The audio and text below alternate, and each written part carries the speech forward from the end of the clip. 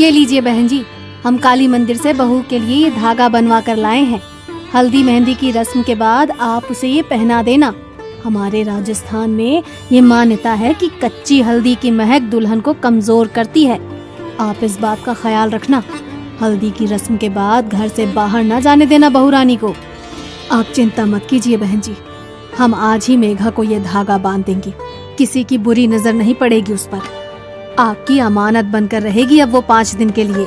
सगाई के बाद मेघा की हल्दी और मेहंदी की रस्म हुई और फिर साहिल बारात लेकर उनके दरवाजे पर पहुंच गया। विदाई के बाद 8 घंटों का सफर है। अपने साथ सभी जरूरी चीजें रख ली थी ना तुमने? सबसे पहले हमारी पुश्तैनी हवेली में तुम्हारा गृह प्रवेश होगा। वहां पर कुछ दिन रहकर रस्में पूरी करनी है। उसके बाद अपने जयपुर वाले घर लौट आएंगे हम सब। हाँ बाबा, सब रख लिया है मैंने, तुम बिल्कुल भी टेंशन मत लो। मेघा अपने ससुराल जाने के लिए बहुत एक्साइटेड थी। साहिल की पुश्तैनी हवेली, शाही रस्में, गृह प्रवेश, सब एक सपने की तरह लग रहा था उसे। लंबा सफर करके वो अपने गांव पहुंच चुके थे। वाओ, कितना सुंदर है ये सब। यहाँ तो सब हवेलियाँ ही नजर आ रही हैं। रुको रुको प्लीज, मेरी पिक्चर्स लो ना उसके साथ। मेघा ने गाड़ी रुकवाई और दौड़ते हुए एक सुनसान सी हवेली का दरवाजा खोलकर उसके अंदर दाखिल हो गई। मेघा के उस सुनसान हवेली के आंगन में पैर रखते ही पीपल के पेड़ पर बैठे सैकड़ों चमगादड़ एक साथ आसमान की ओर उड़ गए और बाहर आंगन में लगा झूला एकाएक खुद से ही हिलना शुरू हो गया। क्या करती हो तुम? ऐसे कहीं भी नहीं चले जाते हैं। भूलो मत, तुम नई दुल्हन हो और ये हवेली नहीं खंडहर है। कोई नहीं रहता यहाँ। आगे से यहाँ आना नहीं इधर। अभी चलो। क्या हुआ? भूत देख लिया क्या तुमने? ऐसे क्यों रिएक्ट कर रहे हो? अरे बाबा, बस एक फोटो ही तो क्लिक करवाना चाह रही थी मैं। प्लीज लो ना। मेघा को जिद पर अड़ा देखकर साहिल कैमरे से उसकी एक फोटो क्लिक कर देता है और उसे लेकर गाड़ी में बैठ जाता है और गाड़ी उसकी हवेली की ओर चल पड़ती है। राशि, जल्दी से फूलों के थाल, आरती और कलश लेकर आओ, बहू रानी आ गई हैं। साहिल की माँ मालिनी बहू मेघा का जोरदार स्वागत करती है और उसे कलश पैरों से नीचे गिराकर घर में प्रवेश करने को कहती है। मासा की बात सुनकर मेघा कलश को एक टक घोरने लगती है और फिर अपने बाएं पैर से कलश को उल्टी दिशा में गिराती है, जिससे चावल घर से बाहर की ओर बिखर जाते हैं। ये क्या मूर्खता है बहू, अपशगुन कर दिया तुमने। बहू लक्ष्मी होती है और चावल सौभाग्य का प्रतीक माना जाता है। इसीलिए कलश को दाएं पैर से अंदर की ओर गिराते हैं ताकि लक्ष्मी घर में सौभाग्य लेकर प्रवेश करे। और तुमने घर की सुख समृद्धि को बाहर का रास्ता दिखा दिया। ऐसे उल्टी दिशा में कलश कौन गिराता है? अब मासा, जाने दो ना, गलती से हो गया इससे। ऐसी गलती कोई जानबूझकर थोड़ी करेगी। ये लंबा सफर करके थक गई है, इसे आदत नहीं है ना लंबे सफर की। साहिल के बचाव करने पर मासा चुप हो गई थी, लेकिन साहिल के साथ कमरे में अंदर जाते समय मेघा का मालिनी को देखकर मुस्कुराना उसे बहुत अखर गया था। जिस तरह से मुझे टेढ़ी नजरों से देखते हुए ये लड़की मुस्कुराते हुए अपने कमरे में गई है, इसे देखकर साफ पता चलता है इसने वो कलश गलती से नहीं बल्कि जानबूझकर ऐसे गिराया है। लेकिन बहू ऐसा क्यों करेगी? रह रहकर मालिनी के मन में बार बार बहू मेघा की वो रहस्यमयी सी हंसी और कलश का गिराना घूम रहा था। अगले दिन सुबह, साहिल, तुम जाकर पंडित जी को लेकर आओ, कुछ रस्में करानी है और बहू को कहना जल्दी से तैयार हो जाए। साहिल मेघा को तैयार होने के लिए कहकर पंडित जी को बुलाने चला जाता है। अरे मैंने साहिल से कहा था कि बहू को जल्दी तैयार होने को कहो, और यहाँ 2 घंटे बीतने जा रहे हैं लेकिन बहू अभी तक कमरे से बाहर नहीं आई। मालिनी बहू के कमरे के दरवाजे पर पहुंचकर ठिठक जाती है। अंदर से मेघा के खिलखिलाने की आवाज सुनाई दे रही थी। देखो, कोई आ जाएगा, अभी तुम जाओ। यहाँ हर समय कोई ना कोई मुझ पर नजर रखे रखता है। वैसे भी वो बुढ़िया बहुत घूरती है मुझे। ये साहिल तो घर से बाहर गया हुआ है, बहू बात किसके साथ कर रही है? मालिनी को कुछ समझ में नहीं आ रहा था। बिना कुछ सोचे वो दरवाजा खोलकर कमरे के अंदर दाखिल हो जाती है। अंदर कमरे में कोई नजर नहीं आ रहा था। पूरा कमरा खाली पड़ा हुआ था। अभी तो मुझे बातें करने की आवाज आ रही थी, इतनी जल्दी कहाँ गायब हो गई? मालिनी सोच ही रही थी कि तभी बाथरूम का दरवाजा खोलता है और मेघा अपनी साड़ी सही करती हुई बाहर आती है। अच्छा, तो अब ये दिखाने की कोशिश कर रही है कि ये बाथरूम में थी, लेकिन शायद उसे पता नहीं मैंने सब सुन लिया है। इससे सीधे सीधे पूछने का मतलब है ये साफ मना कर देगी। मुझे इस पर नजर रखनी होगी। मालिनी को बहू मेघा पर शक हो गया था और अब वो सारी बातें खुलकर जानना चाहती थी। कुछ ही देर में रस्में शुरू हो गई और सभी गृह प्रवेश की रस्मों में व्यस्त हो गए। अगले दिन, मेघा, ये कैसी महक है हमारे कमरे में? मुझे तो सांस लेने में भी मुश्किल हो रही है। सर भारी हो रहा है, लगता है अभी उल्टी हो जाएगी। अच्छा, मुझे तो ऐसा कुछ भी महसूस नहीं हो रहा। साहिल ने देखा कि मेघा के हाव भाव कुछ बदले बदले से नजर आ रहे हैं। वो बात कहते हुए एक बार भी साहिल को आंखों से नहीं देख रही थी। उसके चेहरे पर एक अजीब सी मुस्कान थी और वो लगातार अपनी लटों को उंगली में फंसाकर खुद में खोए हुए गुनगुना रही थी। मेघा, मेघा, कहाँ खोई हुई हो? साहिल के जोर से पुकारने पर मानो मेघा होश में आ गई थी। अब कुछ हुआ क्या अभी? साहिल को मेघा कुछ असामान्य लग रही थी, लेकिन अभी उसने उससे कुछ नहीं कहा। कुछ नहीं, एक कप चाय बना दोगी प्लीज? सर दुख रहा है। मेघा रसोई में जाती है और रसोई में खड़े साहिल के बड़े भाई को अपनी लाल लाल आंखों से अजीब तरह से देखने लगती है। क्या बात है मेघा, तुम ठीक हो? मेघा धीमे कदम बढ़ाते हुए विनय के नजदीक पहुंच जाती है, जिससे विनय बहुत अनकंफर्टेबल फील कर रहा था। ये लो, कुलदेवी का प्रसाद है, मैं वही देने के लिए यहाँ आया था। विनय प्रसाद जैसे ही मेघा के हाथ से छुआता है, वो एक दोहरी सी आवाज में चीख कर वहां से भाग जाती है। इससे पहले कि विनय कुछ समझ पाता, उसने देखा सामने से मेघा रसोई में आ रही है, लेकिन इस बार जेठ को रसोई में देख उसने पल्लू से सर ढक लिया था। माँ, आपको ये लड़की कुछ अजीब नहीं लगती? कभी पल्लू ठीक करती है, कभी आकर चिपकने लगती है, पता नहीं कैसे संस्कार है इसके। विनय अपनी माँ को रसोई में हुई घटना बताने लगता है।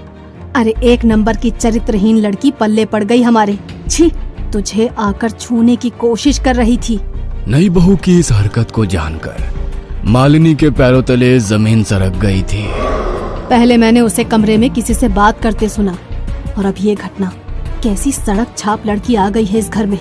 मुझे नजर रखनी होगी इस पर, वरना खानदान की नाक कटवा देगी ये लड़की। आधी रात का समय था। मालिनी को अपने कमरे में ठंडक का एहसास होने लगता है, जिससे उसकी नींद टूट जाती है। खिड़की की ओर नजर डालने पर उसे एक साया कांच के उस ओर से गुजरता हुआ नजर आता है। इतनी रात को कौन टहल रहा है हवेली में? मालिनी बिस्तर से उतरकर धीरे से कमरे का दरवाजा खोलती है तो देखती है मेघा तेज कदमों से अपने कमरे की तरफ जा रही है। कहाँ से आ रही है ये इतनी रात को? आखिर चल क्या रहा है इसके मन में? मालिनी अब हर समय बहू मेघा पर नजर रखने लगी थी। एम साहब, चूड़ी वाला आया है। आपने नई दुल्हन के लिए राजस्थानी चूड़ा मंगवाया था क्या? मेघा, जाओ पसंद कर लो चूड़ा, मैं आती हूँ 2 मिनट में। 2 मिनट भी नहीं बीते थे कि मेघा सीढ़ियाँ उतरती हुई मालिनी के पास आती है। मासा, आपने बुलाया? मैं जरा बाथरूम में थी। बाथरूम में थी? अभी तो तुम बाहर चूड़ा लेने गई थी ना? तुम्हारा दिमाग ठीक है? इतनी जल्दी तुम सीढ़ियों से ऊपर जाकर वापस नीचे कैसे आ गई? मैं तो अभी आ ही रही हूँ ऊपर से। कौन सा चूड़ा? मालिनी दौड़ते हुए बाहर आंगन की ओर जाती है, लेकिन वहाँ उसे कोई नजर नहीं आता। ये कैसे हो सकता है? अभी तो तुम बाहर निकली थी, फिर छत से कैसे आई?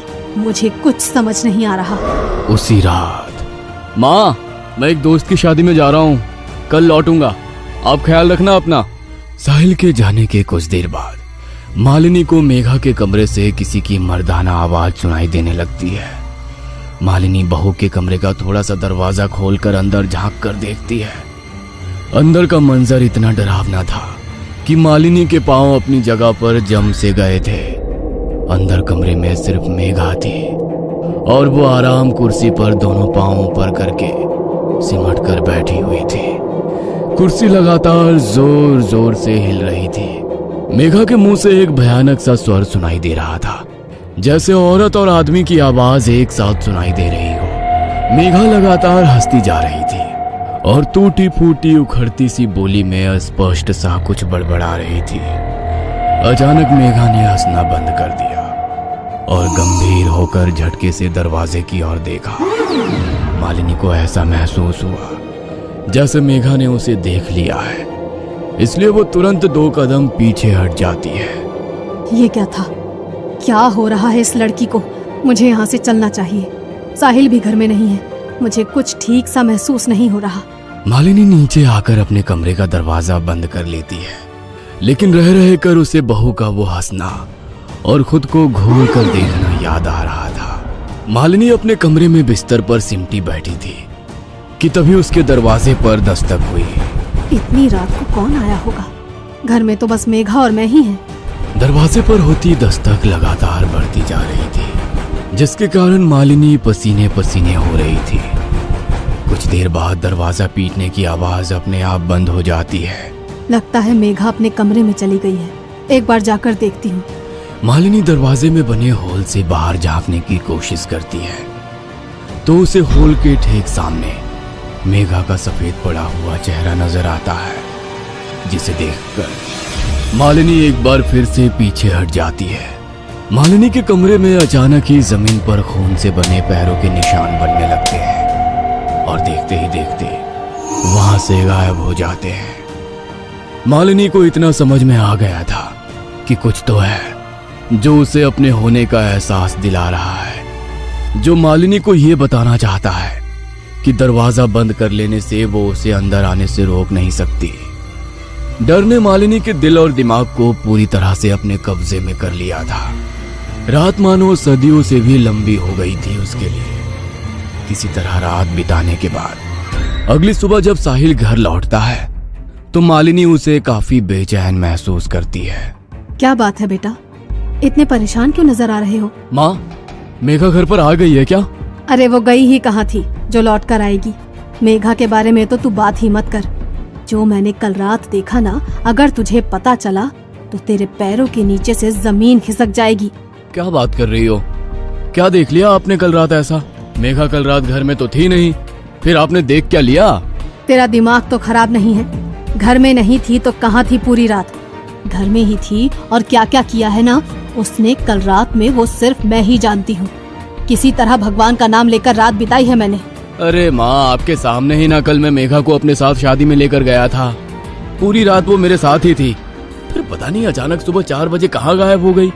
मैंने उसका फोन भी मिलाया, लेकिन वो शायद अपना फोन घर पर ही भूल गई थी। जब काफी देर ढूंढने के बाद भी वो मुझे नहीं मिली तो मैं सीधा घर चला आया। ये सब क्या हो रहा है? क्यों हो रहा है? मुझे तो कुछ समझ में नहीं आ रहा। क्या सच है क्या भ्रम है? मेरे दिमाग ने तो काम करना ही बंद कर दिया है।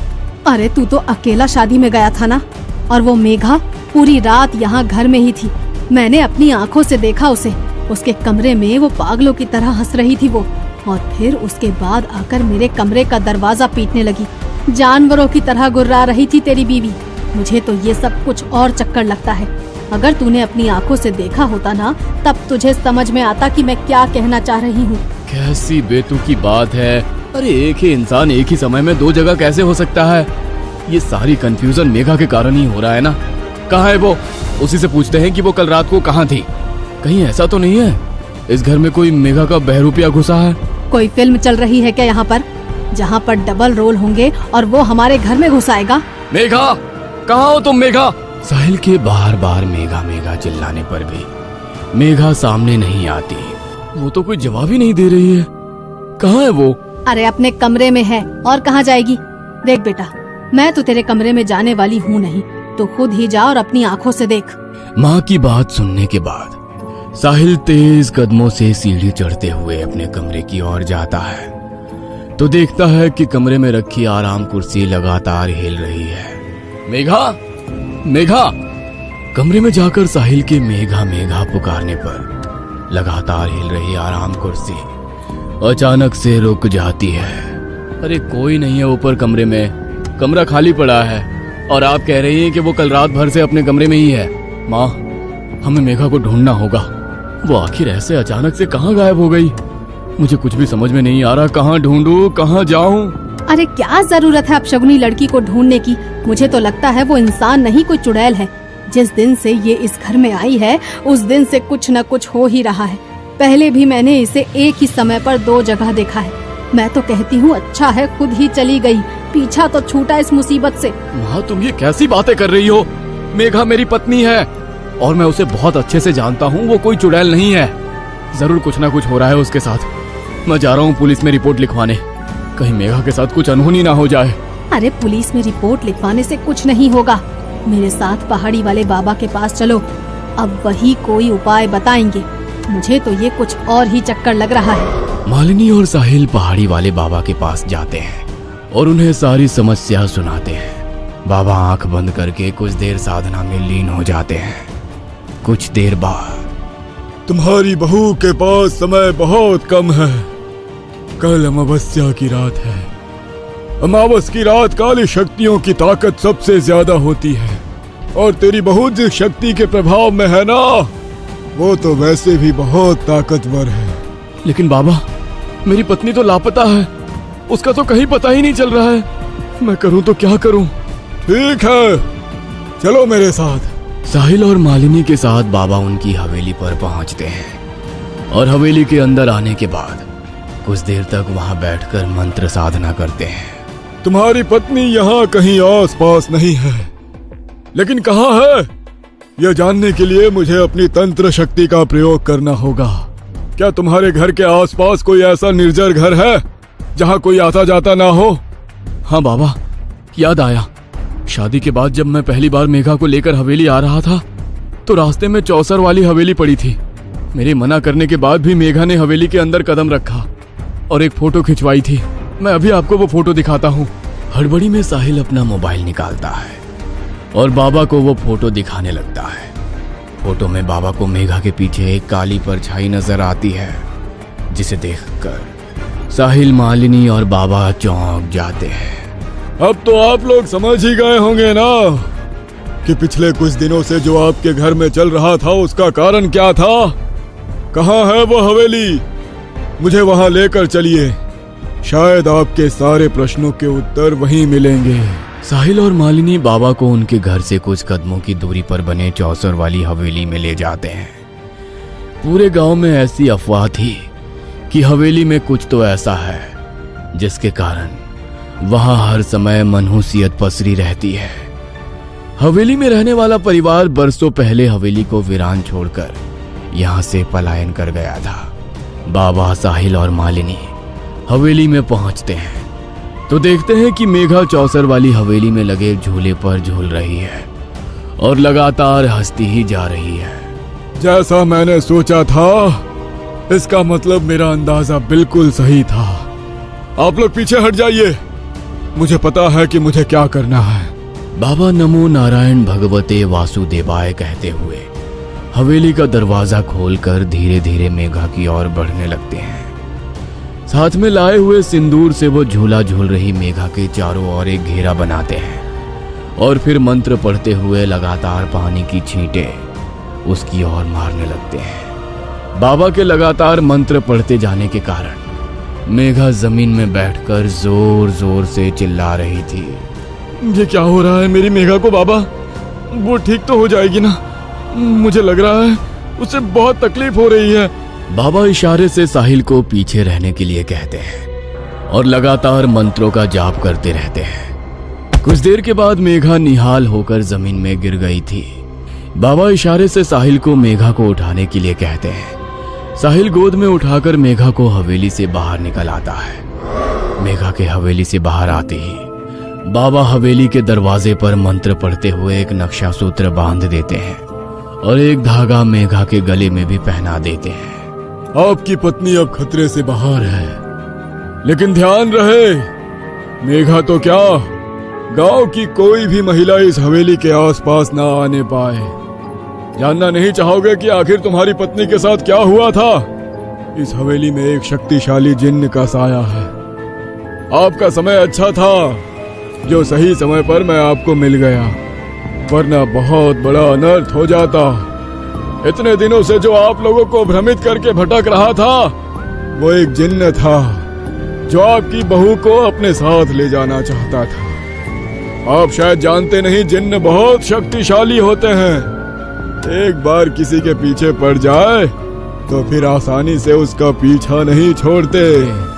साहिल मेघा को लेकर अपने घर लौट आया था और इधर चौसर वाली हवेली में लगा झूला एक बार फिर से हिलने लगा था।